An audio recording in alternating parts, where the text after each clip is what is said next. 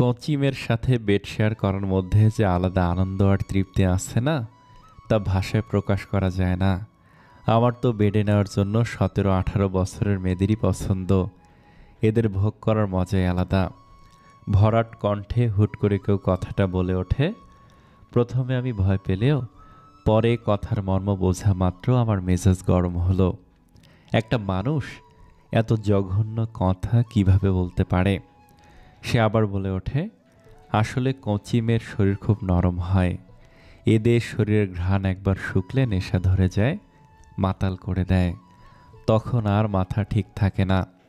তাই কম বয়সী ভার্জিন মেয়েদের সাথে বেড শেয়ার করার মাঝে একটা অন্য রকমের আনন্দ আছে। এরা বেড পার্টনার হিসেবে একেবারে আদর্শ। কথাটা শেষ না হতেই সেই কেউ একজন আমার কোমর জড়িয়ে ধরে। আমি ভয়ে কেঁপে উঠে হাত থেকে ফোনটা ফেলে দেই। অচেনা লোকটা আমার কামিজের নিচ দিয়ে হাত ঢুকিয়ে আমার পেটে স্পর্শ করে। আমি থরথর করে কাঁপতে লাগি। অনেক কষ্ট করে পেছনে ঘুরতেই সে আমার ঠোঁট জোড়া আঁকড়ে ধরে।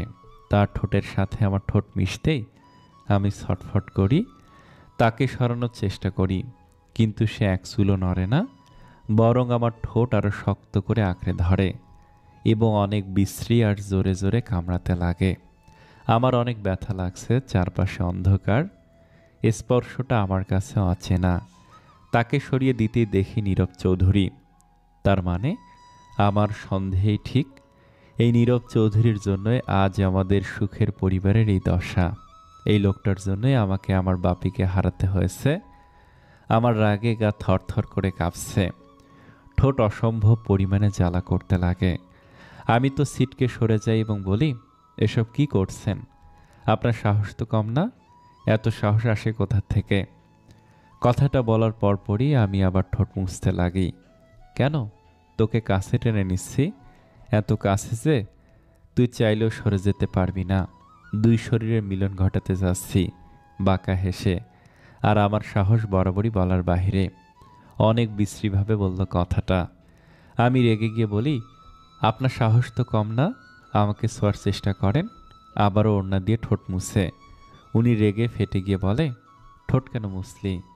আমার ছোঁয়া কেন মুছে দিলি? প্রচণ্ড রেগে দাঁত চেপে চেপে বলে কথাটা। আমি জোর গলায় বলি, তোমার মতো অমানুষের স্পর্শ মুছে ফেলাই ভালো। নীরব আমার মুখে অমানুষ শব্দটা শুনে অনেক বেশি রেগে যায়। সে মনে মনে বলে, তোমাদের জন্যই তো আজ আমি মানুষ থেকে অমানুষে পরিণত হয়েছি। আমি এবার তাকে জোর গলায় কিছুটা চেঁচিয়ে বলি, আমাকে কাছে পাওয়ার আশা বাদ দেন, এটা কোনোদিনই সম্ভব না। সে এবার এতটাই রেগে ফেটে পড়ল যে সামনে থাকা চেয়ারটাকে একটা লাথি দিল। সাথে সাথেই চেয়ারটা নিচে পড়ে গেল, হয়তো ভেঙেও গেছে, কারণ বিকট আওয়াজ হয়েছে। আমি ভয়ে কুঁকড়ে গেলাম। নীরব নিজের রাগকে সামলাতে না পেরে আমাকে একটানে নিজের বুকের সাথে মিশিয়ে নেয়। আমি চোখ বন্ধ করে ফেলি। সারা শরীর ঘৃণায় গিগি করছে। নীরব শান্ত গলায় বলে, কি বললে আরেকবার বল? আমি একবার চোখ খুলে ওকে দেখে নিলাম। ওর চেহারায় হিংস্রতার ছাপ, রাগে ওর ফর্সা মুখ রক্তবর্ণ ধারণ করেছে। আমি ভয়ে ঢোক গিললাম। সে আমার মুখে ফু দিল। সামনে থাকা চুলগুলো একটু নড়ে উঠতেই আমি কেঁপে উঠলাম। এসি থাকা সত্ত্বেও আমি ঘামছি। নীরব আমার কোমর খুব শক্ত করে চেপে ধরে, এত শক্ত করে চেপে ধরে যে মনে হচ্ছে কোমর ভেঙে যাবে। ব্যথায় যেই না আমি শব্দ করব, অমনি নীরব আবারও আমার ঠোঁটে তার ঠোঁট ডুবায়, পাগলের মতো আমাকে কিস করতে থাকে। আর এদিকে কোমর খামচে ধরে এবং কোমরে খামচাতে লাগে। আমার কোমরে নীরবের নখের আঁচড়ের দাগ বসে যেতে লাগে। আমি ছটফট করতে থাকি। নিজের হাত দিয়ে নীরবের বুকে কিল ঘুষি মারতে লাগি, কিন্তু কোনো লাভ হয় না। সে তো আমার ঠোঁটের স্বাদ নিতেই ব্যস্ত, যেন কতদিনের তৃষ্ণা মেটাচ্ছে। আমি আর কিছু না পেরে কেঁদে দিলাম। নীরব একবার আমার চোখের দিকে তাকালো, তারপর আমাকে ছেড়ে দিল। তবে ছাড়ার আগে অনেক জোরে আমার ঠোঁটে কামড় বসায়। আমি আরও জোরে কেঁদে দিয়ে বলি, কেন এমন করছেন আমাদের সাথে? প্লিজ আমাদের রক্ষা করুন। কান্না করতে করতে নীরব ডেভিল হাসি দিয়ে বলে, মাত্র তো শুরু। আর মনে মনে বলে, তোমাদের জীবনকে নরক করার জন্যই তো আমি বেঁচে আছি। পাক্কা 15 বছর ধরে প্ল্যান সাজিয়েছি, এত সহজে ছেড়ে দিব নাকি? আমি বলি, কি ক্ষতি করেছি আমি আপনার? হা হা হা হাসালে। আমি ওনার কাছ থেকে চলে যেতে চাইলে সে আমার হাত ধরে বলে, প্রমিতি, এইসব কিছুর সমাধান কেবল তুমি। নিজেকে আমার কাছে সঁপে দাও। আমি আর তোমার পরিবারের পিছু লাগবো না। এজন্যই বলছি আমাকে বিয়ে করে ফেলো। এ কথা শুনে আমি প্রচণ্ড রেগে গিয়ে নীরবের গালে একটা চর বসিয়ে দেই। নীরব অগ্নিচক্ষু দিয়ে আমাকে দেখে, বোঝাই যাচ্ছে খুব রেগে গেছে। এই বুঝিয়ে আমাকেও মারতে আসবে। আমি বুঝলাম যে নীরবকে চর মেরে মস্ত বড় ভুল করে ফেলেছি, কিন্তু নীরব চোখ বন্ধ করলো। আমি ওকে দেখতে লাগলাম।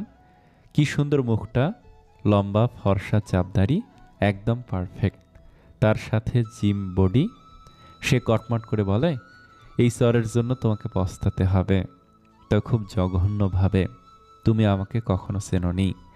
আমি জোর গলায় বলি, চিনতেও চাই না। আর একটা কথা ক্লিয়ার করে দেই, আমি মরে গেলেও আপনাকে বিয়ে করব না। নীরব বাঁকা হাসল আর বলল, সে দেখা যাবে। আপনার বিরুদ্ধে আমি কেস ফাইল করব। আপনিও আমাকে চেনেন না।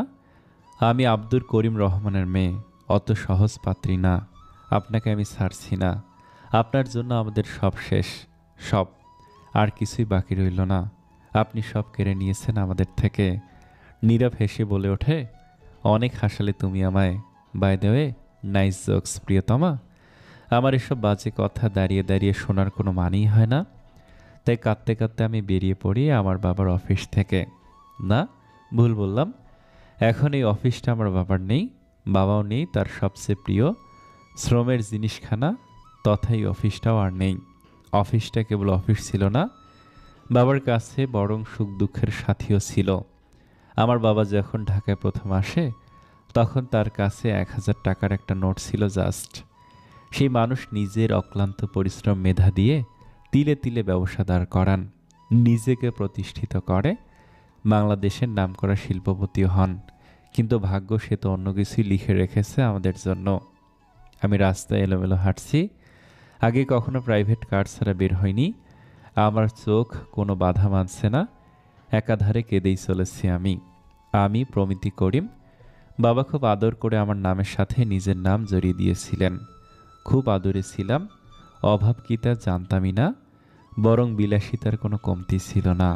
আমি দেখতে মোটামুটি, শ্যামল, লম্বা খুব একটা না, কিন্তু সুন্দরী। আসলে আলালের ঘরের দুলালি কখনো অসুন্দরী হয় না। আমি সবে ও লেভেল পাশ করে এ লেভেলে পড়ছি।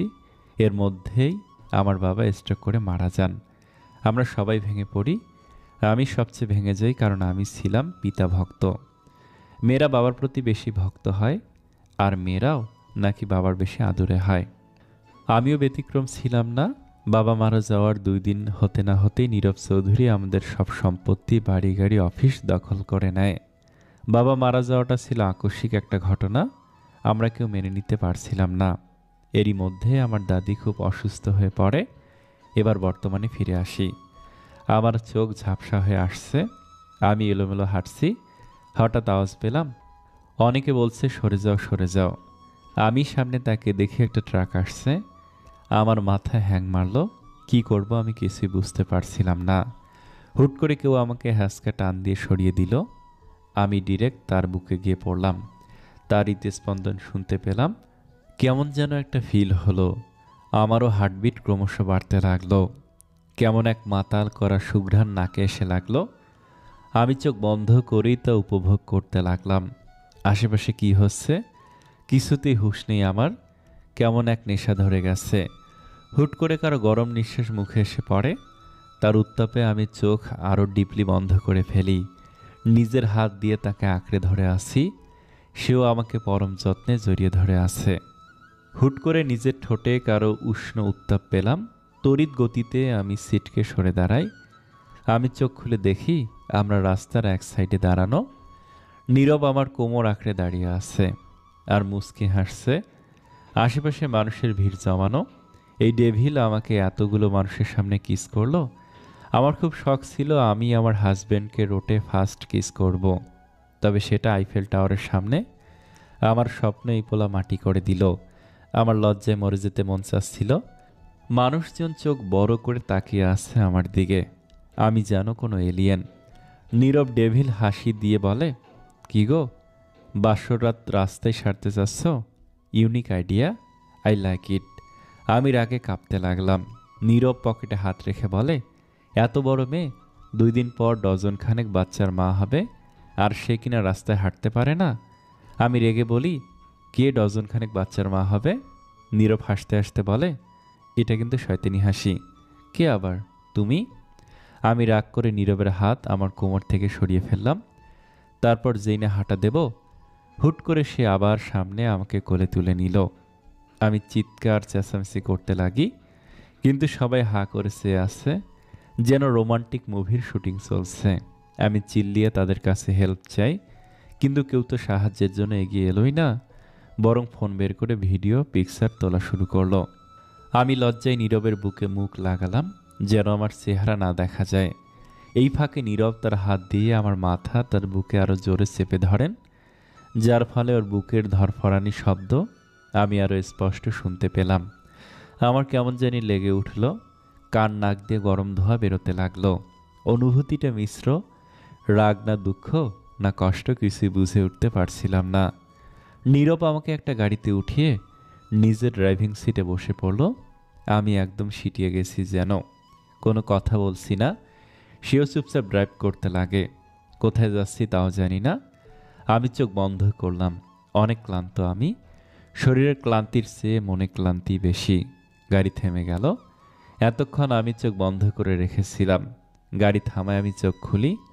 সে কি হাসপাতালের সামনে, যেখানে আমার দাদিকে হসপিটালাইজড করা হয়েছে। কিন্তু এই কথা উনি কীভাবে জানলেন? তার মানে এই ব্যাটা ডেভিল আমার সব খবরাখবর রাখছে। নীরব হুট করে আমার মুখে এসে পড়া চুলগুলো কানে গুঁজে দিয়ে বলে, ঠিক ভেবেছ, তোমার ওপর বিশেষ নজরদারি রাখা হয় ডার্লিং। নীরবের মুখে ডার্লিং শব্দটা শুনে আমার পিত্তি জ্বলে ওঠে। আমি বলে উঠি, একদম উল্টাপাল্টা কথা বলবেন না, বলে দিলাম। পেশেন্টটা কি মগের মুল্লুক? নীরব আমার দিকে তাকিয়ে থেকে বলে ওঠে, হা হা হা, সত্যি তুমি খুব কিউট। বলে আমি গাড়ি থেকে নেমে পড়ি। এই শয়তানটার মতলব কিছুই বুঝি না, কখনো ভালো কখনো খারাপ। এই বর্ষাতে এই রোদ। আমি হাসপাতালে ঢুকলাম। দাদির কেবিনে যেতেই দেখি মায়ের সাথে হাসপাতালের ডাক্তার ও এমডির সাথে কথা কাটাকাটি হচ্ছে। তাদের কথোপকথন শুনে যা বুঝলাম তা হলো টাকা পয়সার ব্যাপার। দাদিকে 15 দিন ধরে আইসিইউতে রাখা হয়েছে। মা বিল শোধ করতে পারছে না, এই জন্য দাদির অপারেশন আটকে দিয়েছে হাসপাতালের কর্তৃপক্ষ। মা তাদের কাছে হাত জোর করছে, কিন্তু তাদের এক কথা, টাকা ফুল পে না করলে দাদিকে অপারেশন না করেই ডিসচার্জ করে দিবে। এ কথা শুনে মা কেঁদে দিল। আমি আর সহ্য করতে না পেরে বলে উঠলাম, কত টাকা লাগবে? আমাকে এখানে এই মুহূর্তে দেখে মা কিছুটা চমকালো। এমডি সাহেব ভাবলেশীনভাবে বলে, 20 লাখ।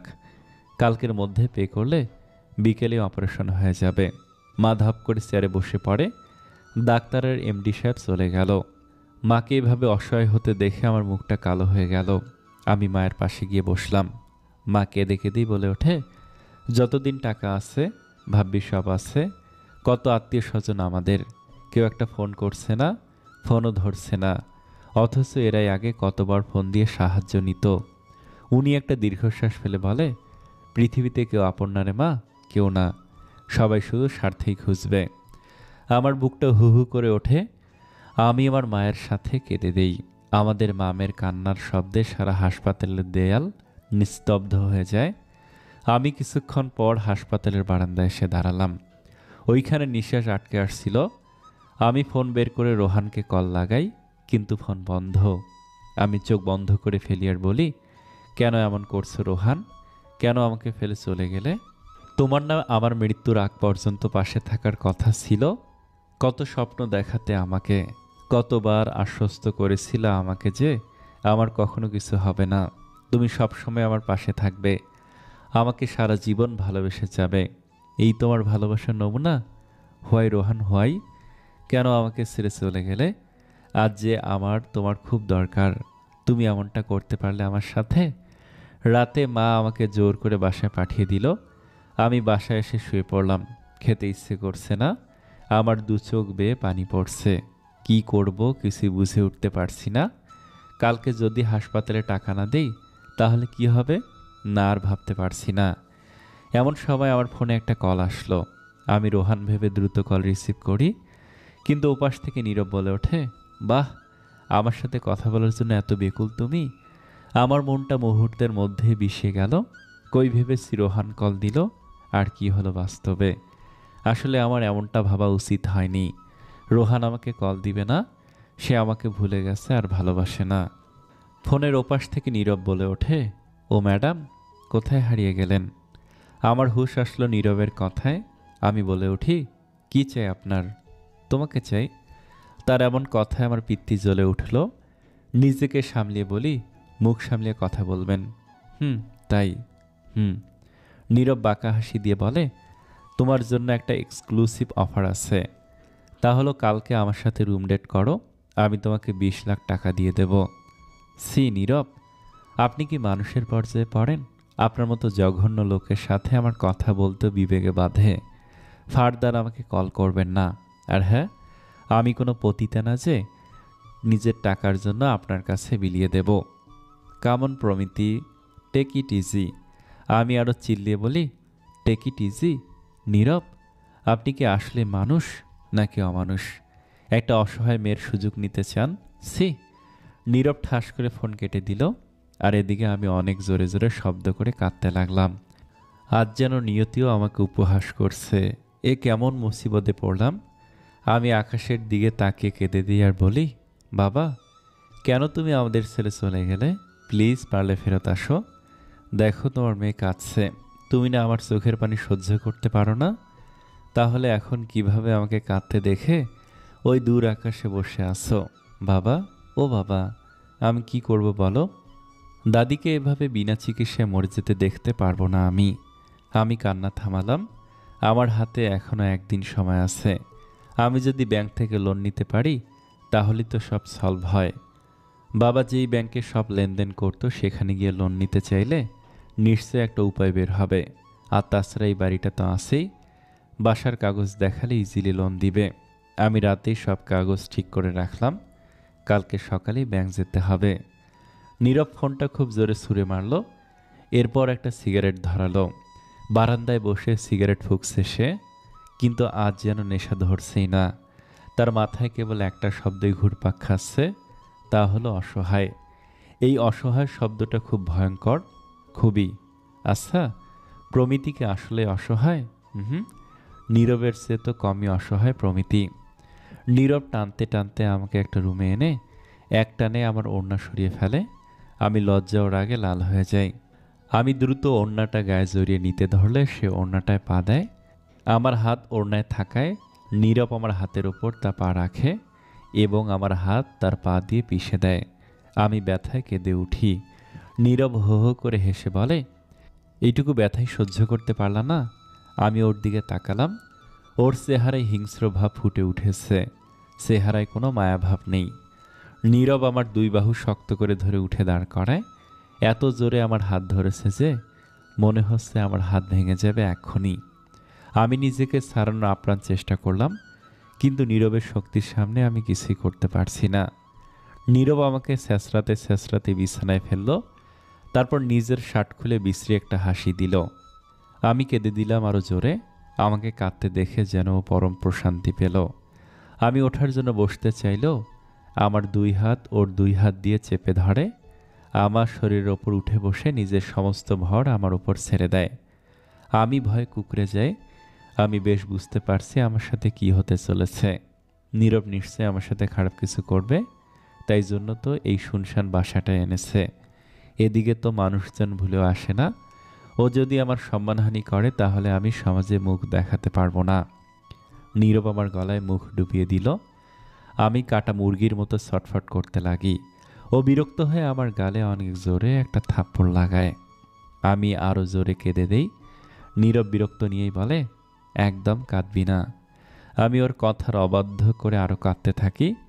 সে আমার কান্না থামানোর জন্য না, কিসের জন্য যেন আমার ঠোঁট নিজের ঠোঁটের সাথে মিশিয়ে আমার ঠোঁটের স্বাদ নিতে থাকে। আমি অনেক জোরাজুরি করছি, কিন্তু লাভ হচ্ছে না। এবার নীরব আমার ঠোঁট কামড়াতে লাগে। আমি ব্যথায় আবার কেঁদে দেই। নীরব এবার আমার কামিজটা টেনে ছিঁড়ে ফেলল। আমি দ্রুত নিজের শরীর ঢাকার জন্য নিজের হাত বুকে দিলাম। তা দেখে নীরব হো হো করে হেসে দিল আর এক ঝটকায় আমার হাত সরিয়ে বুকে তার মুখ গুজে দিয়ে অজস্র চুমু খেতে লাগে। আমি নীরবের ছোঁয়া একদমই সহ্য করতে পারছি না। মনে হচ্ছে এই বুঝি আমার প্রাণ যায়। ও আমার ওপর নির্যাতন চালানো শুরু করে, নিজের পুরুষত্ব আমার ওপর খাটাতে ব্যস্ত। নীরবের চোখগুলো টকটকে লাল হয়ে আছে। নীরবের কোনো দিকেই হুঁশ নেই। সে তো আমাতে ব্যস্ত, আমাকে খুবলে খুবলে খাচ্ছে আর কুকুরের মতো, আর আমি ব্যথায় জ্ঞান হারাই। একটা সময় নীরব তার চাহিদা মেটানো শেষ করে প্রমিতির পাশে শুয়ে পড়ে। নীরব একটা পৈশাচিক হাসি এসে বলে, কেবল তো মাত্র শুরু, তাতে এমন নাজেহাল অবস্থা হয়, তাহলে কেমনে চলবে? নীরব উঠে বসে প্রমিতির গালে হাত রেখে আস্তে করে থাপ্পড় মেরে বুঝল যে প্রমিতি অজ্ঞান হয়ে গেছে। সে মনে মনে বলে, আগে তো আমি এমন ছিলাম না, তবে আজ কেন সবার থেকে আমার রাস্তা ভিন্ন জানো? আমার মনটা খুব করে চাচ্ছিল তোমার সাথে কিছু না করতে, কিন্তু ওই যে আমি তো আবার অমানুষ, মানুষ হওয়ার যোগ্য নই, তাই তোমার সর্বনাশটা করেই ফেললাম, যেমনটা তোমার বাবা আর তার ভাই। এইটুকু বলতেই নীরবের ফর্সা গা লাল হয়ে গেল, চোখ যেন রক্তবর্ণ ধারণ করেছে। সে থরথর করে কাঁপতে লাগলো, তার চোখের সামনে অনেক কিছু ভেসে উঠেছে। নীরবের অনেক রাগ হতে লাগে, সেই সাথে বুকের ভেতর হাহাকার করে ওঠে। নীরব এক ফোঁটা অশ্রু বিসর্জন দেয়, তারপর বলে, আমার এক ফোঁটা চোখের জল ইকুয়াল টু তোমার 100 ফোঁটা চোখের জল। প্রতিটা যন্ত্রণা, কষ্ট, বেদনা, অন্যায়ের প্রতিদান তোমাকে দিতে হবে প্রমিতি। কেবল তো শুরু হলো। এই বলে একটা ডেভিল স্মাইল দিয়ে বলে, তোমার কাছ থেকে সব ছিনিয়ে নেব, সব মানে সব কিছু, ভালোবাসা, সম্মান, টাকা পয়সা, বাড়ি গাড়ি, অহংকার, সব, অ্যান্ড আই মিন ইট। বলে প্রমিতিকে বিছানা থেকে সজোরে ধাক্কা দেয় এবং রুম থেকে বের হয়ে যায়। কিছুক্ষণ পর একটা মেইড এসে প্রমিতিকে এভাবে মেঝেতে শুয়ে থাকতে দেখে আতকে উঠে আর বিড়বিড় করে বলে, নীরব স্যার মানুষের জাতি না, জানোয়ার একটা, অমানুষ কোথাকার, এভাবে কেউ কোনো মেয়ের সাথে এমন করতে পারে? মহিলাটাকে নীরব শুধু আঘাত ক্ষত স্থানে মলম লাগানোর পারমিশন দিয়েছে, তাই তিনি ওইটুকুই করল। বেশি করলে আবার নীরব রেগে যাবে। তিনি একবার প্রমিতিকে পরখ করে দেখে নেয় আর মুখ বেঁকিয়ে বলে, কি মেরে বাবা, এদেরকে ছুঁইতে ঘৃণা লাগে, নিশ্চয় বাজারের মেয়ে হবে, যত সব, টাকার জন্য এরা কি না কি করে। মেয়েটা দেখলো মেয়েটার অর্থাৎ প্রমিতির সারা শরীরে আঁচড়, কামড়ের দাগে ভরে গেছে, বিশেষ করে গলা, বুক আর পিঠে তো লালচে দাগ পড়ে গেছে, কিছু জায়গা থেকে হালকা রক্ত পড়ছে। তিনি সব পরিষ্কার করে দিল, ব্যান্ডেজ করে দিল, জামাটা অর্ধেকই ছেঁড়া। উনি আরও কিছু করতে যাবেন তার আগেই নীরব রুমে ঢুকে বলে, আপনি এখন যেতে পারেন। জি স্যার বলে মহিলাটি চলে গেল। নীরব এতক্ষণ সিগারেট ফুঁকছিল। বিকেল হয়ে আসছে, প্রমিতির চলে যাওয়ার সময় হচ্ছে, কিন্তু সে তো অজ্ঞান। নীরব বাথরুম থেকে একটা মগে করে পানি এনে প্রমিতির মুখে দিতে লাগে। এতেই কাজ হলো, প্রমিতি নড়েচড়ে উঠল। নীরব আরও এক মগ পানি এনে একেবারে ঢেলে দিল প্রমিতির মুখে। আমি ধরফড়িয়ে উঠতেই দেখলাম নীরব আমার খুব কাছে হাঁটু গেড়ে বসে আছে আর হাতে পানির মগ। পানি আমার গা বেয়ে টপ টপ করে পড়ছে আর জ্বালা করছে। ক্ষতস্থানে পানি পড়ায় জ্বালা পোড়া দ্বিগুণ বেড়ে গেছে। আমার এক মুহূর্ত লাগলো সব বুঝতে। যখন সম্পূর্ণ বুঝ ফিরে এলো, আজ ঘৃণার চোখে নীরবের দিকে তাকিয়ে নীরবকে 2 হাত দিয়ে সরিয়ে জোরে ধাক্কা দিলাম। নীরব এমন কিছু হবে তার জন্য মোটেও প্রস্তুত ছিল না, তাই নিচে মাটিতে পড়ে গেল নিজেকে সামলাতে না পেরে। সে রক্তচক্ষু দৃষ্টিতে তাকিয়ে রইল আর আমি কান্নায় ভেঙে পড়ি। সূর্যের আলো পর্দা ভেদ করে আমার গায়ে এসে লাগছে। এই রোদ পড়ায় যেন আমার গা আরও জ্বালা দিয়ে ওঠে। এতক্ষণ মনে হচ্ছিল সারা শরীর অবশ হয়েছিল, তাই কোনো ব্যথা অনুভব করছিলাম না, কিন্তু এখন মনে হচ্ছে সারা শরীরের নার্ভ কাজ করতে শুরু করেছে, তাই তো সারা শরীরে আমি তীব্র ব্যথা অনুভব করছি। ব্যথায় আমি আরও গঙ্গিয়ে কেঁদে উঠি। এখন মনে হচ্ছে শ্বাস নিতেও সমস্যা হচ্ছে। আমার বুক ফেটে কান্না চলে আসলো। নিজেকে আমি বিবস্ত্র অবস্থায় দেখছি। সেই ছেঁড়া কামিজটা গায়ে জড়িয়ে আছে, তা থাকা আর না থাকা এক কথা। আজ আমি নিঃস্ব হয়ে গেলাম। একটা মেয়ের সবচেয়ে মূল্যবান সম্পদ হলো তার আত্মসম্মান। সেই সম্পদ যদি এইভাবে কেউ জোরপূর্বক ছিনিয়ে নেয়, তাহলে একটা নারী যেন বেঁচে থেকেও জীবন্ত লাশ হয়ে যায়। আমি নীরবের দিকে তাকালাম, সেও আমার দিকে চেয়ে আছে, তবে শান্ত দৃষ্টিতে।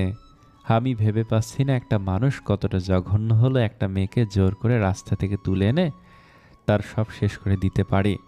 কিভাবে পারলো তার সাথে এত বড় অবিচার করতে? এসব ভাবতে আমি ডুকরে কেঁদে উঠি।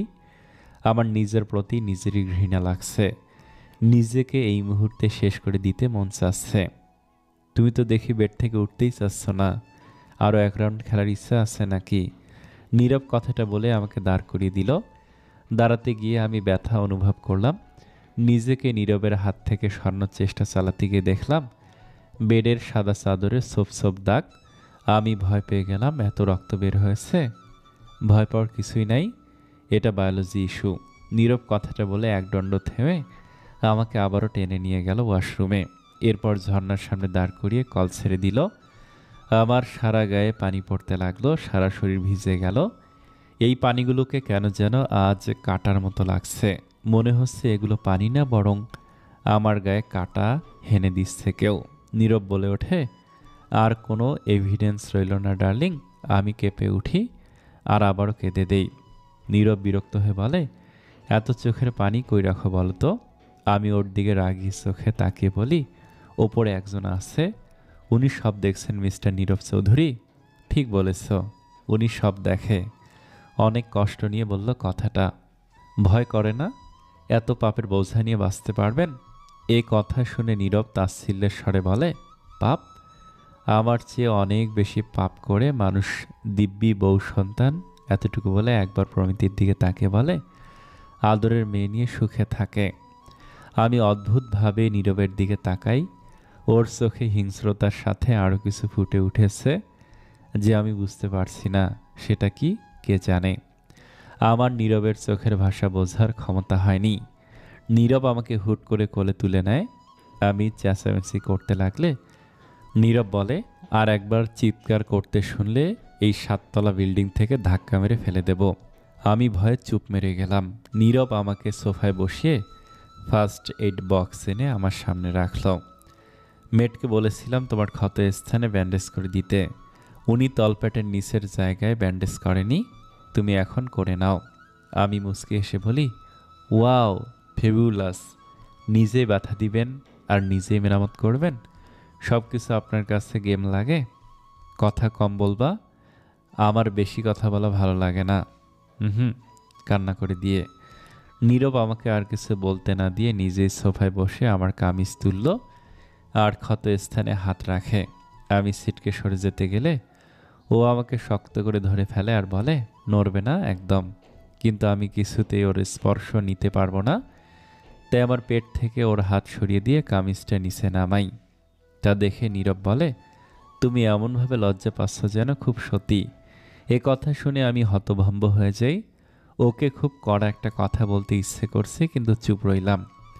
আসলে অনেক ক্লান্ত হয়ে গেছি আমি পুরো বরফের মতো জমে যেতে লাগি। নীরব আস্তে করে আমার কামিজ সরিয়ে ক্ষত স্থানে মলম লাগিয়ে দিল। ওর সব এতেই আমি কেঁপে কেঁপে উঠি, আমার ঠোঁট কাঁপতে লাগে। আমি ভয়ে চোখ বন্ধ করে ফেলি। নীরব খুব যত্ন করে প্রমিতির পেটে মলম লাগিয়ে ব্যান্ডেজ করে দিয়ে প্রমিতির পেটে গভীরভাবে একটা চুমু খেলো। কেন এমনটা করলো সে নিজেও জানে না, তবে সামনে থাকা মেয়েটাকে তার পরম আদর ভালোবাসা দিয়ে ভরিয়ে দিতে মন চাচ্ছে। কিন্তু সে নিরুপায়, সে এমন কিছুই করবে না, বরং প্রমিতিকে আরও কষ্ট দিয়ে যাবে। এটাই তার একমাত্র উদ্দেশ্য। আমি চোখ বন্ধ করে ফেলি, তা দেখে নীরব হালকা হেসে দেয়। তোমরা পারো বটে, এত সূক্ষ্ম অভিনয় করো কেমনে বলো তো? পূর্বপুরুষ ফিল্ম ইন্ডাস্ট্রিতে কাজ করছে নাকি? আমি ভুরু কুঁচকে ফেললাম। আস্তে করে চোখ খুলে দেখি নীরব ফার্স্ট এইড বক্সটা ঘোরাচ্ছে। আমি একদম দম ফেলে বলি, অনেক সহ্য করেছি আর না। নীরব তাচ্ছিলের হাসি এসে বলে, এই কথা তো সেই কবে থেকেই শুনে আসছি, তার কতদিন শুনবো। আমি এবার কেঁদেই দিলাম আর বলি, আপনার কি মায়া দেওয়া হয় না? না হয় না, কেন হবে? তোদের হয়? কথায় কথায় তোমাদের তোদের বলে কি বোঝাতে চাচ্ছেন? নীরব চুপ হয়ে গেল। তারপর মৃদু গলায় বলে, টেবিলে টাকা আছে, নিয়ে যাও, সময় ফুরিয়ে যাচ্ছে। আমি রেগে গিয়ে বলি, টাকা নিয়ে যাও বলে কি বোঝাতে চাচ্ছেন? আমি আপনার কাছে টাকা চাই? টাকার জন্য আপনার সাথে আমাকে কি প্রস্টিটিউট মনে হয়? নীরব ঠাস করে আমাকে চর বসিয়ে দিল। আচমকা এমন কিছু হবে তা আমার ধারণার বাইরে ছিল। নীরবের থাপ্পড়টা এত জোরে ছিল যে আমার গাল লাল হয়ে যায়। আমি গালে হাত দিয়ে ওর দিকে তাকাই। প্রস্টিটিউট কেন হবা? তুমি আজ থেকে আমার রক্ষিতা। এখন আমার সামনে থেকে যাও। নিচে গাড়ি আর ড্রাইভার তোমার অপেক্ষায় আছে। গো রাইট নাও। প্রচণ্ড চিল্লিয়ে কথাটা বলল নীরব। আমি ভয় পেয়ে উঠি। কিন্তু আমার যে টাকাটা খুব দরকার। আজকে সকালে বাসা থেকে ব্যাংকে যাওয়ার জন্য রওনা হয়েছিলাম। প্রতিমধ্যে রাস্তায় একটা মাইক্রোবাস এসে আমার সামনে থামে। আমি থমকে দাঁড়াই। হুট করে মাইক্রোবাসটা থেকে কিছু কালো কাপড় পরা মানুষ বের হয়ে আমাকে রাস্তা থেকে উঠিয়ে নিয়ে মাইক্রোবাসটায় তুলে আনে। আমি ভয়ে চুপসে যাই। আমার চোখ মুখ শুকিয়ে যাচ্ছিল। হুট করে কেউ গাড়ির ভেতরে ঢোকে। আমি আরও ভয় পেয়ে যাই। পর মুহূর্তে দেখি সেটা আর কেউ না, নীরব। তখন বুঝতে পারলাম আমাকে রাস্তা থেকে তুলে আনার কাজটা নীরবের। নীরব, হাই জান, একা একা কই যাও? প্লিজ আমাকে যেতে দিন। দেব তো। যেতে না দেওয়ার কি আছে বলো? এখনই যেতে হবে। আমার ব্যাংকে যাওয়া লাগবে। এখন তো যেতে দেব না। আর ব্যাংকে যে কাজ করতে যাবে সেই কাজ হয়ে যাবে। এরপর আর কোনো কথা বলেনি। আমার মুখ বেঁধে দেয়। ফলে আমিও আর কথা বলতে পারিনি। তারপর এই বাসাটা এনে আমার সর্বনাশ করে ফেলল। আমি উঠে দাঁড়ালাম। তখনই অনুভব করি আমার সারা শরীরে প্রচণ্ড বেশ ব্যথা। শুধু তাই না, হাঁটতেও সমস্যা হচ্ছে। আমি নিজেকে শক্ত করে চলে যেতে লাগলাম। টাকাটা নিলাম না, নেব না। দরকার হলে হাসপাতালের এমডির পায়ে ধরবো, তাও এই নীরবের কাছ থেকে 1 পয়সাও নেব না। আমি কষ্ট করে হেঁটে যেতে লাগলাম। বাসা থেকে বের হতেই দেখি রাস্তার ধারে একটা গাড়ি অপেক্ষা করছে। বুঝলাম এইটাই সেই গাড়ি যার কথা নীরব বলছিল। কিন্তু আমি তো আর এই গাড়িতে উঠব না, কোনো দিনই না। আমি সোজা হাঁটা ধরলাম। মাথা আমার দপদপ করে জ্বলছে। সারা শরীরে বিষ ব্যথা, সেই সাথে তো মনের ক্ষত আছে। একটা মেয়ের সবচেয়ে দামি সম্বল হলো তার ইজ্জত। আর আজ আমি সেটাও হারিয়ে বসলাম। খুব খুব কষ্ট হচ্ছে আমার, যা ভাষায় প্রকাশ করা যাচ্ছে না। কিন্তু অদ্ভুত বিষয় হলো আমার চোখ দিয়ে এক ফোঁটাও পানি পড়ছে না। চোখ শুকিয়ে গেছে, চোখের পানিও হারিয়ে গেছে বোধহয়। কথায় আছে না, মানুষ অতি শোকে পাথর হয়। আমার চোখের অশ্রুমালাও বুঝি পাথরের মতো শিথিল হয়ে গেছে। তাই বোধহয় আর ঝরছে না ও। আমি হেঁটে হেঁটে প্রায় আধ ঘন্টা পর হাসপাতালে পৌঁছালাম। দ্রুত দাদির কেবিনে গেলাম। কিন্তু অবাক করা বিষয় হলো দাদির কেবিন খালি, কেউ নেই। আমি বাথরুম চেক করলাম, সেখানেও নেই। আশেপাশে দেখলাম, চোখ বুলিয়ে, না, মাও নেই। আমার আত্মা কেঁপে ওঠে। দাদিকে কি তবে হাসপাতাল থেকে বের করে দিয়েছে? আমি আর ভাবতে পারছি না। আমি ধপ করে মাটিতে বসে পড়ে জোরে জোরে কাঁদতে লাগলাম। আমার মনে একটাই ভয় জাগ্রত হলো, যদি দাদির কিছু হয়ে যায়, সেও যদি বাবার মতো আমাদের ছেড়ে। আমি আবারও ফুপিয়ে ফুপিয়ে কেঁদে দিলাম। হঠাৎ কাঁধে কারো হাতের ছোঁয়ায় চমকে উঠলাম। পেছনে তাকিয়ে দেখি একজন নার্স। আমাকে দেখে বলে ওঠে, আপনাদের পেশেন্টকে তো ওটিতে নেওয়া হয়েছে। এ কথা শুনে যেন আমার জানে প্রাণ আসলো। আমি কিছুটা স্বস্তি বোধ করলাম। কিন্তু মা এত দ্রুত এত টাকা কোথা থেকে ম্যানেজ করলো? আমি নার্সকে বললাম, আমার মা কোথায় জানেন? তা তো জানি না, আপনি ওয়েটিং রুমে দেখে আসেন। আমি গুটি গুটি পায়ে ওয়েটিং রুমে গেলাম। গিয়ে দেখি মা চোখ বন্ধ করে বসে আছেন। মাকে দেখে আমার কান্না পেয়ে গেল। আমি তার কাছে গিয়ে তাকে জড়িয়ে ধরে আবারও কেঁদে দিলাম। আচমকা জড়িয়ে ধরার ফলে প্রমিতির মা চমকে যান। চোখ খুলে মেয়েকে দেখে শান্ত হন। তবে প্রমিতিকে কাঁদতে দেখে তার বুকটা দুমড়ে মুচড়ে যেতে লাগলো। মেয়েটা খুব দুর্বল প্রকৃতির, অথচ মেয়েটাকে যে লড়তে হবে, ওকে আরও শক্ত হতে হবে। উনি দম ফেলে বলে, কি হয়েছে মামনি? বলতে গিয়েও থেমে যায়। এই পরিস্থিতিকে মাকে তার সাথে ঘটা অত্যাচারের কথা বলা ঠিক হবে না। কি হলো বলো? দাদি ওটিতে টাকা নীরব দিয়েছে। চোখ মুখ শক্ত করে আমি থমকে গেলাম। নীরব দিয়েছে টাকা? কিন্তু আমি তো মাত্র আসলাম, তাহলে দাদি ওটিতে গেল কেমনে? টাকা কি আগেই দিয়েছে সে? কিছু বুঝতে পারছি না আমি চেয়ারে বসলাম। মা বলল, আমি একটু বাসায় যাই। আচ্ছা, তুই পারবি থাকতে? মা চলে যেতেই আমি বাথরুমে গেলাম। আয়নায় নিজের চেহারা দেখলাম। কাঁদতে কাঁদতে চোখ ফুলে গেছে, মুখটা লাল হয়ে গেছে। আমি চোখে মুখে পানি দিলাম। তারপর বাইরে আসতেই ফোন বেজে ওঠে। দেখলাম নীরব। আমি রিসিভ করতেই ও ভরাট কণ্ঠে বলে ওঠে, গাড়ি করে যাওনি কেন? আমি কিছু বললাম না বলে চুপ রইলাম। কি হলো? Answer me. টাকা কেন দিলেন? কেন সাহায্য করলেন? আপনার কাছ থেকে কোনো সাহায্যের দরকার নেই। নীরব ফোনের ওপাশ থেকে একটা দম ফেলে বলে, কেন টাকা দিয়েছি সেটা তোমার মাকে জিজ্ঞেস করো ডার্লিং। চুপ, একদম চুপ। ওকে ওকে, কাম ডাউন। যেটা বলার জন্য কল দিয়েছি সেটা তো বলাই হলো না। আমি আপনার কোনো কথাই শুনতে চাই না। আরে এমার্জেন্সি কথা। তাহলে যেহেতু আমি কোনো প্রোটেকশন ইউজ করিনি, সেহেতু তুমি পিল নিয়ে নিও। হাসপাতালেই তো আছো, পিল হাসপাতালের ফার্মেসিতে পেয়ে যাবে। শাট আপ, আপনি একটা জানোয়ার। নীরব শব্দ করে হেসে বলে, বাই দ্য ওয়ে, তোমার দাদির অপারেশন শেষ? তা আপনাকে কেন জানতে হবে? অবশ্যই জানতে হবে। ইনভেস্ট করছি যেখানে, সেখানকার খবরাখবর রাখতে হবে না? প্রমিতি ফোন কাটার পর নীরব ফোনটা বেড়ে রেখে দিল। তারপর কিছুক্ষণ চুপ করে থাকলো, কিন্তু কিছুতেই রাগ কমছে না। নীরব তার পায়ের আঙুলের দিকে তাকালো। সাইকোলজি বলে পায়ের দিকে তাকিয়ে উল্টো দিক দিয়ে 1 থেকে 100 গুনলে রাগ পড়ে যায়। সেও পায়ের দিকে তাকিয়ে বলতে থাকে 100, 99, 98, 80 পর্যন্ত বলতেই বুঝতে পারছে যে তার রাগ কমছে না, বরং আরও বাড়ছে, সাথে বিরক্তিও। তার মাথা ভীষণ গরম হয়ে আছে। সে দ্রুত বাথরুমে গিয়ে ঝর্ণা ছেড়ে দিল। মাথায় পানি দিলে মাথা কিছুটা ঠান্ডা হবে। তারপর মস্তিষ্কের নার্ভ অনেক বেশি উত্তেজিত হয়ে গেছে। মস্তিষ্ককে শান্ত করতে হবে, না হলে খেলা শুরু করার আগেই গেম ওভার হয়ে যাবে। কিন্তু সেটা হতে দিবে না। আজকে সকালে মিসেস করিম মানে প্রমিতির মায়ের সাথে একটা ডিল করেছে। তা হলো দাদির হাসপাতালের সব বিল সে পরিশোধ করবে, পরিবর্তে প্রমিতির সাথে তার বিয়ে করাতে হবে। প্রথমে তার মা রাজি না হলেও পরে এক প্রকার বাধ্য হয়ে রাজি হন। নীরব টানা আধা ঘন্টা মাথায় পানি দিল। এতক্ষণ ভেজার ফলে তার চোখ লাল হয়ে গেছে। সে বিছানায় গা এলিয়ে দিল। এই খেলাটাই যদি দাবা খেলার সাথে কম্পেয়ার করা হয়, আর সে যদি কালো হয়, তাহলে দাবা খেলা মোতাবেক আজকে সে সাদা গুটির মন্ত্রী খেলেছে, কিন্তু এখনও চেকমেট করা বাকি আছে। নীরব চোখ বুজে দিল। কাহিনীটা 15 বছর আগের। নীরবের বয়স তখন সবে 12 বছর। খুব বড় ছিল না, মাত্র ক্লাস 5-এ পড়ে। বাবা মা নিয়ে ছোট্ট একটা নীড়ে বসবাস করত। সুখের কোনো কমতি ছিল না। তার বাবা এক প্রাইভেট ফার্মে জব করত, ছোটোখাটো একটা পোস্টে। একদিন তার বাবা তাকে বলে সুন্দর করে রেডি হতে। নীরব জিজ্ঞেস করে কেন? তার বাবা জবাবে বলে, এক ছোট্ট পরীর জন্মদিন, আমরা সেখানে যাব। সেদিন নীরব তার সবচেয়ে ভালো শার্টটা পরে রেডি হয়ে পরীর জন্মদিনে যাওয়ার জন্য। তারপর তাদের গাড়ি ওয়েস্টিনে এসে থামে।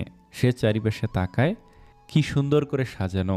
জন্মদিনটা যেই হলে অনুষ্ঠিত হয়েছিল সেটা ফেরিটেল থিম দিয়ে সাজানো। হরেক রকমের রাজকুমারী রাজকুমারের পোস্টার ছিল। সিন্ড্রেলা, স্নো হোয়াইট, বেলা, জেসমিন, স্লিপিং বিউটি। সব বাচ্চারা থিম অনুযায়ী কস্টিউম পরছিল। পার্টিতেই বাচ্চাদেরকে ফেরিটেল ড্রেস দেওয়া হয়েছিল। নীরব একটা সুন্দর রাজকুমারের কস্টিউম পছন্দ করে যেই না হাতে নিবে, অমনি কেউ ছো মেরে তার হাত থেকে কস্টিউমটা নিয়ে নেয়। সে হতভম্ব হয়ে পেছনে তাকিয়ে দেখে একটা মধ্যবয়স্ক লোক তার হাত থেকে কস্টিউম নিয়েছে। নীরব কিছু বলবে তার আগেই লোকটা কর্কশ গলায় বলে, এই ড্রেসগুলো সবার জন্য না, এগুলো স্যারের বিজনেস পার্টনার আর ফ্যামিলির বাচ্চাদের জন্য। শুধু স্যার যাদেরকে দেওয়ার পারমিশন দিয়েছে তারাই পড়বে। নীরব কিছু বলবে তার আগেই নীরবের বাবা নীরবের কাছে এসে দাঁড়ায় আর বলে, ভাই কিছু মনে নিবেন না, ছোট মানুষ তো, সবাইকে দেখেছে পড়তে, তাই ওরও পড়তে মন চাচ্ছে। লোকটা কি যেন ভেবে বলে, তুমি এমন ড্রেস পরতে চাও? হ্যাঁ আঙ্কেল। লোকটা কিছু একটা ভেবে বলে, একটা কস্টিউম কেউ নিতে চাচ্ছে, ফেলে রাখা আছে, ওইটা দিচ্ছি। তারপর বিউটি অ্যান্ড দ্য বিস্ট এর বিস্টের সেই কস্টিউমটা এনে দেয়। নীরব এতেই খুশি হয়েছে। রাজকুমারের জামা রেখে পশুর ওই ড্রেসটা হাতে নেয়। কি হতো যদি ধনী গরিবের বৈষম্য না করে সবাইকে রাজকুমার হওয়ার সুযোগ দেওয়া হতো? তবে আজ অনেকেই আর অমানুষ হতো না। কেউ জন্ম থেকে খারাপ হয় না, পরিস্থিতি বাধ্য করে। নীরব বিস্টের কস্টিউম পরে বের হলো। তার বাবা সিরাজ নীরবকে দেখে মৃদু হাসল। লোকটাও হালকা হেসে নীরবের মাথা ছাপড়িয়ে বলে, এবার খুশি তো? নীরব হেসে বলে, লোকটা চলে গেল। সিরাজ বলল, চল বাবা, তোমাকে বড় স্যারের সাথে দেখা করাই। উনি খুব ভালো মানুষ, ওনার মতো মানুষই হয় না। কত সৎ উনি। আমার একটা ইচ্ছে, তুমি যেন ওনার মতো হও। নীরব বাবার দিকে তাকে বলে, ওনার মতো হব? হুম, ওনার মতো হবে। ঠিক আছে, তোমার এই ইচ্ছা আমি রাখবো বাবা। সিরাজ বড় আশা নিয়ে নীরবকে আব্দুর করিম রহমানের কাছে নিয়ে যায়। আব্দুর করিম রহমানের একমাত্র কন্যার জন্মদিন উপলক্ষে বিশাল বড় অনুষ্ঠানের আয়োজন করা হয়েছে। অফিসের সকল স্টাফ, ক্লায়েন্ট, বড় বড় বিজনেসম্যানদের দাওয়াত করা হয়েছে। সেখানে সিরাজ ছিল করিম সাহেবের অফিসের সামান্য এক কর্মচারী। সিরাজ দেখতে পেল করিম সাহেব সামনে দাঁড়িয়ে আছে। উনি যেই না তাকে ডাকতে যাবে অমনি এক বড় বিজনেসম্যান করিম সাহেবকে ডাক দেন, আর উনি সিরাজকে দেখেও না দেখে চলে যান। নীরব তার বাবার দিকে তাকে বলে, বাবা, উনি কি তোমাকে চেনে না? ছেলের এমন প্রশ্ন শুনে বাবা খুব লজ্জা পায়, তার অপমানিত বোধ হয়। তাও নীরবকে বলে, আরে চিনবে না কেন, অবশ্যই চিনে। তাহলে কথা কেন বলল না? একটু ব্যস্ত তো তাই। নীরব বিড়বিড় করে বলে, ব্যস্ত হলে কথা বলা যায় না? পড়ি দেখবে না? নীরব মাথা ঝাঁকায়, হ্যাঁ, কোথায়? নীরবকে তার বাবা উপরে তাকাতে বলে। নীরব উপরে তাকালে দেখলো একটা ছোট্ট বেবি গার্ল টুকটুক করে হেঁটে আসছে। অদ্ভুত বিষয় হলো, বেবিটার পরনে বিউটি অ্যান্ড দ্য বিস্টের বেলার সেই কাঁচা হলুদ গাউনটা, চুলগুলো ঝুটি করা, কোনো সাজসজ্জা নেই। নীরব তাকিয়ে থাকে। আশেপাশে সবাই বলে ওঠে, হ্যাপি বার্থডে ডিয়ার প্রমিতি। নীরব মুগ্ধ হয়েছে থাকে। কি সুন্দর মুখখানা, মায়া মায়া চোখ, ড্যাব ড্যাব করে তাকিয়ে আছে, টসটসে গাল। নীরব যদি ছোট না হতো তবে নিশ্চয়ই প্রমিতির প্রেমে পড়ত। কিন্তু এত অল্প বয়সের ছেলেরা মন ভালোবাসা বোঝে না। তারপরও এক অদ্ভুত মুগ্ধতা নিয়ে তাকিয়ে থাকলো নীরব প্রমিতির দিকে। নীরব ধরফর করে উঠে বসে। কি আশ্চর্য, এত বছর পর এইসব স্মৃতি কেন তার চোখের সামনে একদম স্পষ্টভাবে ফুটে উঠছে। আসলে কিছু স্মৃতি ভোলা যায় না। নীরব বিছানা ছেড়ে উঠে পড়ল। ঘটনাটা যদি এইখানে ইতি টানত তবে সে মোটেও প্রমিতিকে এভাবে ধুকে ধুকে কষ্ট দিত না, বরং ভালোবাসলেও বাসতে পারত। কিন্তু কাহিনী তো মাত্র শুরু হলো। সে দিব্যি বুঝতে পারছে যে আজ রাতে তার ঘুম হবে না। তার চোখের সামনে কেবল হলুদ গাউন পরে প্রমিতির হাসি মাখা চেহারা ভেসে উঠছে। পরক্ষণেই প্রমিতির নিস্তেজ বিধ্বস্ত চেহারার কথা মনে আসছে। সে সিগারেট ধরালো। অন্য কাউকে কষ্ট দেয়া পৃথিবীর সবচেয়ে সহজ কাজ, তাই খুব সহজেই সে প্রমিতিকে কষ্ট দিচ্ছে। কিন্তু কাউকে জ্বালাতে হলে আগে নিজে জ্বলতে হয়।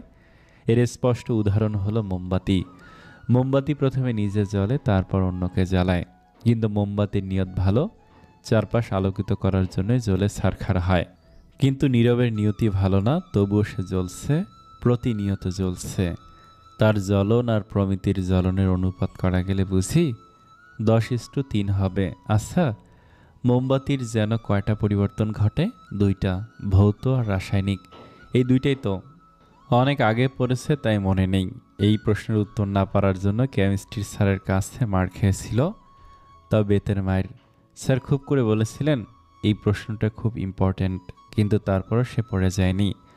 নীরবের বহুকাল আগের স্বভাব যে রাতে তার ঘুম আসে না, সে রাতে অনেক উদ্ভট চিন্তা মাথায় ঘুরপাক খায়। আর সেসব জিনিস তার মাথায় ঘোরে, যেগুলো খুব জটিল জিনিস। আপাতত সে ভাবছে সব শিরা কার্বন ডাইঅক্সাইড যুক্ত রক্ত নিয়ে ঘুরলেও পালমোনারি শিরা কেন আবার অক্সিজেন নিয়ে ঘুরে বেড়ায়?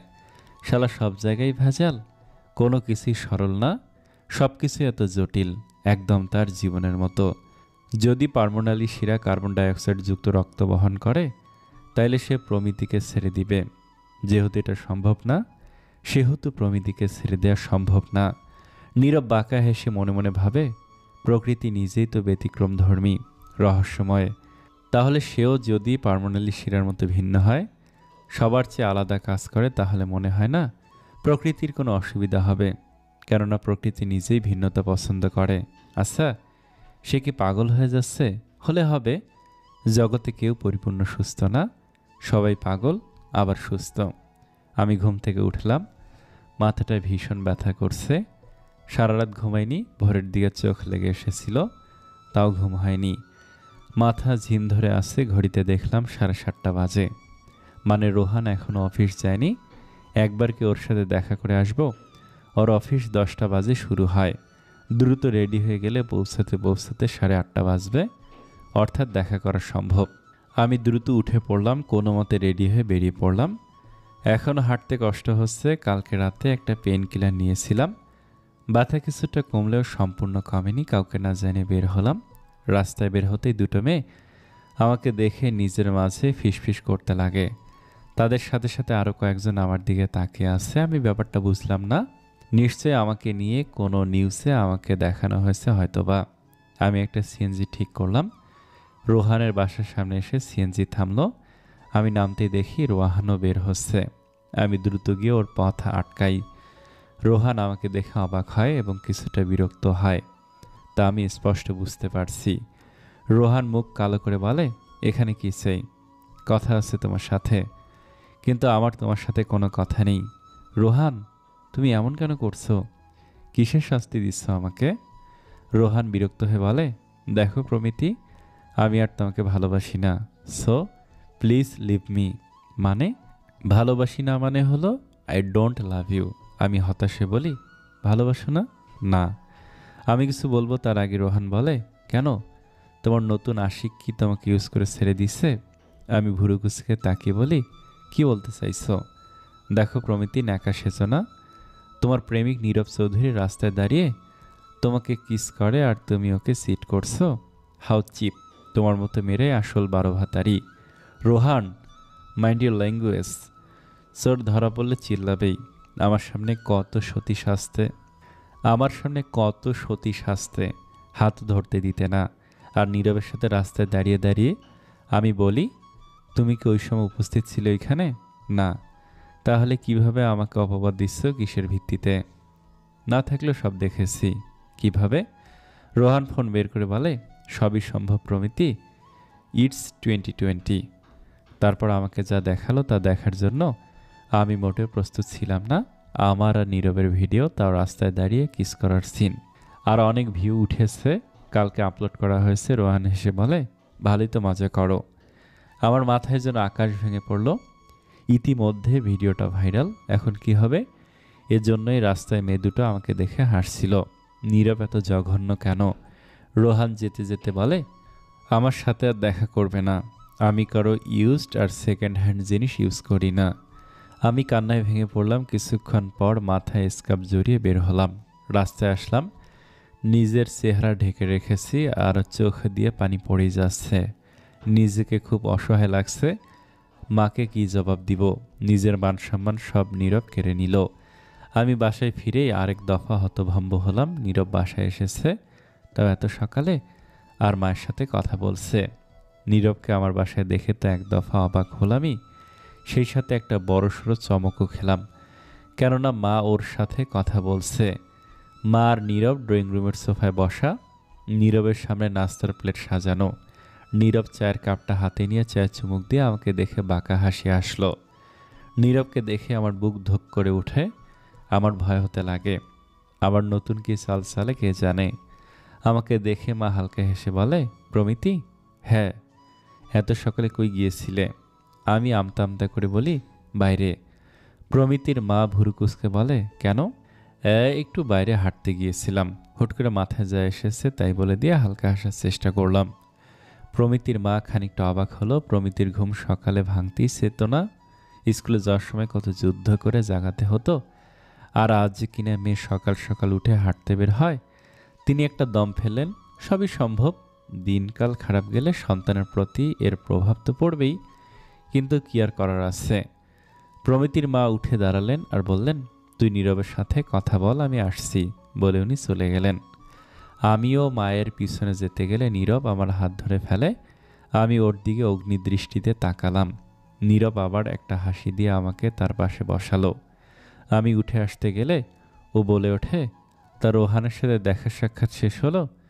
প্রেম নিবেদন আর যাবতীয় সব কাজ হলো? সব ঠিকঠাকভাবে হলো তো?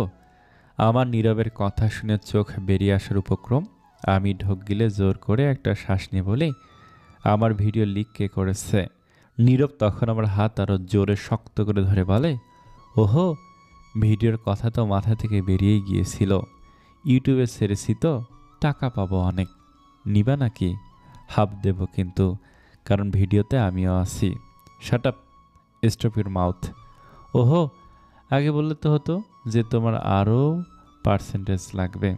শুধু শুধু রাগ করছো। আচ্ছা যাও, তোমার 60, আমার 40, কেমন? এর বেশি পারবো না। আমি আর কিছু বললাম না। আমাদের বাসায় অনেক মিষ্টির প্যাকেট দেখে অবাক হলাম। নীরবও আমার দৃষ্টি অনুসরণ করে সেদিকে তাকে বলে, ও, এগুলো বিয়ের মিষ্টি।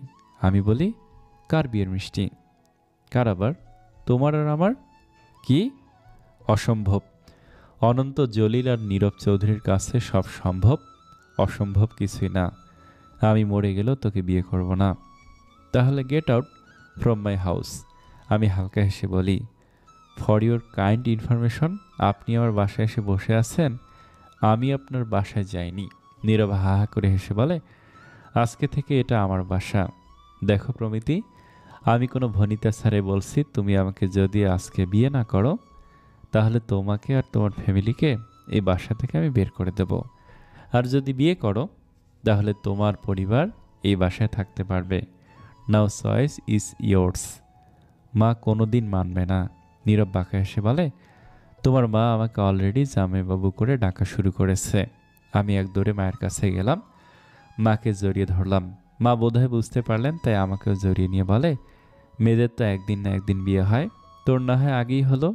মা, মানা করিস না রে, তাইলে আমাদের ভিক্ষা করা ছাড়া আর কোনো উপায় থাকবে না। নিয়তিটাকে মেনে নে, দেখবি সব ঠিক হয়ে যাবে।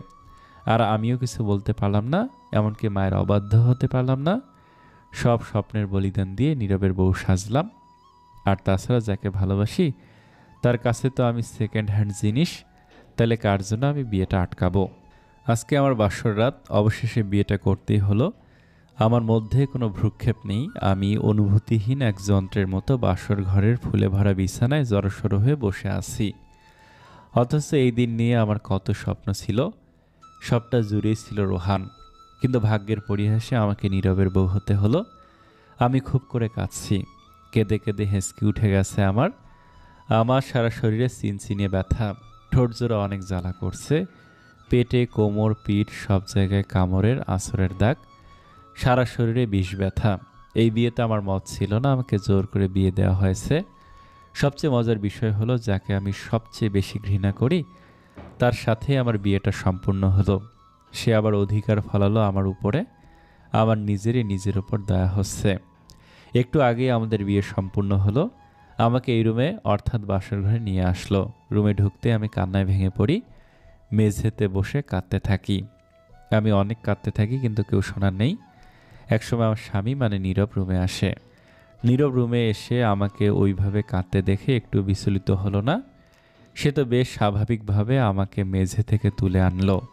আমি মাথা উঁচিয়ে বলি, আমি এই বিয়ে মানি না। সে প্রচণ্ড রেগে গিয়ে বলে, কি বললি?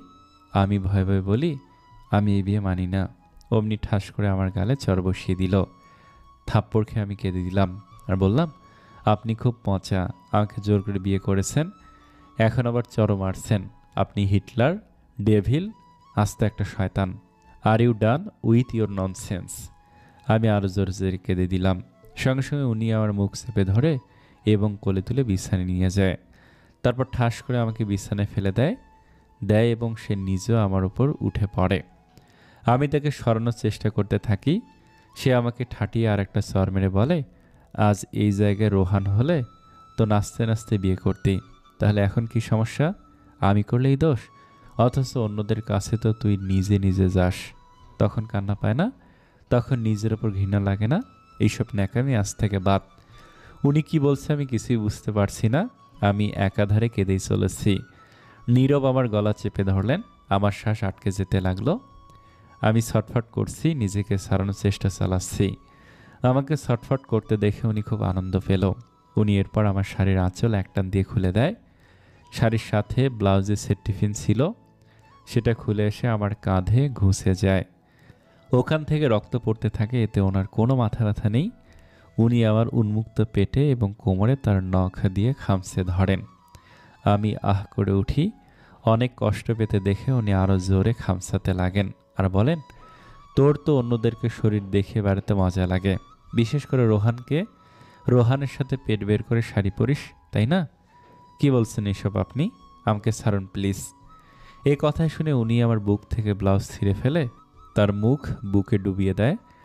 তারপর আস্তে আস্তে আমার পেটে তার মুখ গুজে দেয়, চুমুতে চুমুতে ভরিয়ে দেয়, সেই সাথে কামড়ও দিতে থাকে। আমি তাকে যত সরাতে চাই সে তত আমাকে শক্ত করে জড়িয়ে ধরে অত্যাচার চালাতে থাকে। একটা সময় তার শক্তির কাছে হেরে যাই। সে তার পুরুষত্ব আমার ওপর আবারও একবার খাটাতে লাগে। আমি বিছানায় লুটিয়ে পড়ি ক্লান্ত হয়ে। সে আমার পাশে শুয়ে পড়ে। আমার এখন তাকে কোনো মানুষই মনে হচ্ছে না, মনে হচ্ছে কোনো জানোয়ার, অমানুষ কথাকার। সারা শরীরে ব্যথা, আমি ব্যথার জন্য কেঁদে উঠলাম। আমার সহ্য হচ্ছে না। নীরব পাশ থেকে বলে ওঠে, আর একবার যদি কান্নার আওয়াজ পাই তাহলে যে তোর কি করব তা আমি নিজেও জানি না।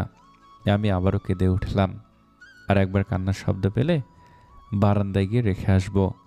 অন্ধকার রুমে পড়ে থাকিস, অন্ধকার বারান্দায় পড়ে থাকিস, শান্তিতে ঘুমাতেও দেয় না। আমি উঠে বসে কাঁদতে কাঁদতে বলি, আমার কষ্ট হচ্ছে, কেন এমন করলেন আমার সাথে? কি ক্ষতি করেছি আমি আপনার? উনি আমার হাত ধরে টান দিয়ে আমাকে ওনার বুকের মাঝে আনলো, তারপর আমার ঠোঁট ওনার দখলে নিয়ে নিল।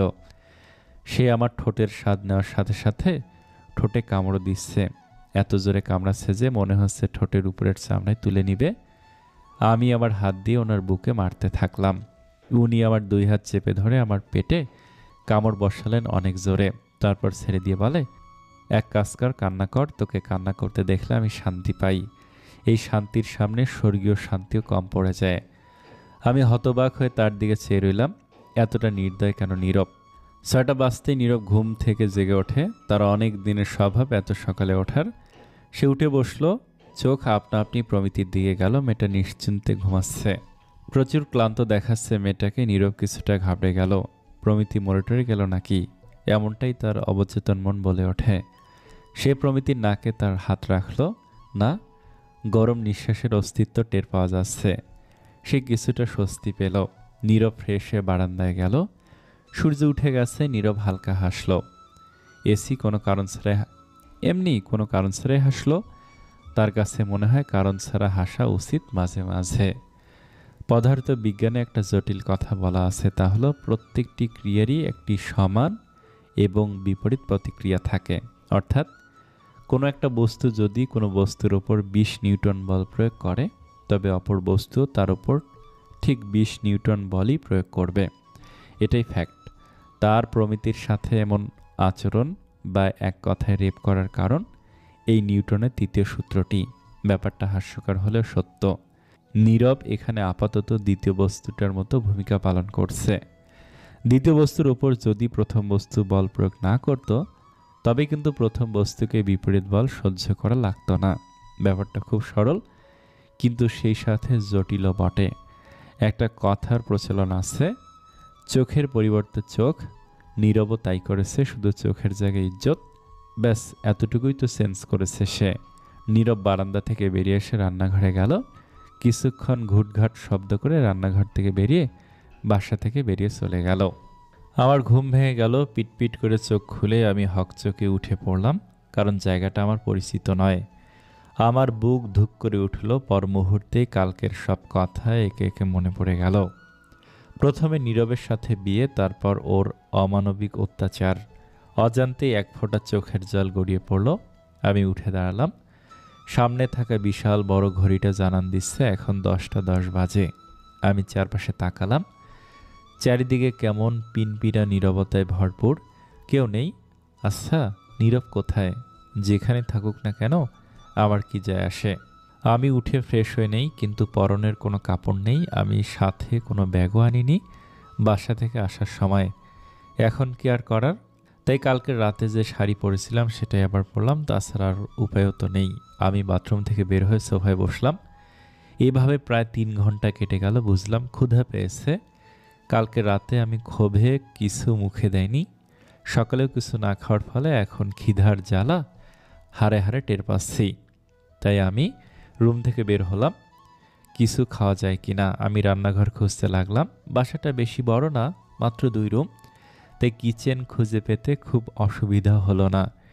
কিচেনে ঢুকতে আমি শক খেলাম। পুরো কিচেন খালি, আসবাবপত্র তো দূর, একটা গ্লাসও নাই। মোট কথা পুরো রান্নাঘর খালি। রান্না করা তাই কোনো ক্রমেই সম্ভব নয়। এখন উপায়, আর কিচেনে কিছুই নেই কেন? আমি দ্রুত অন্য রুমটায় গেলাম। সেখানে একটা টেবিল আর চেয়ার, আর কিছুই নেই। আমি নিরাশ হলাম। এখন ব্রেকফাস্ট কিভাবে করব? আর নীরবই বা কোথায় গেল?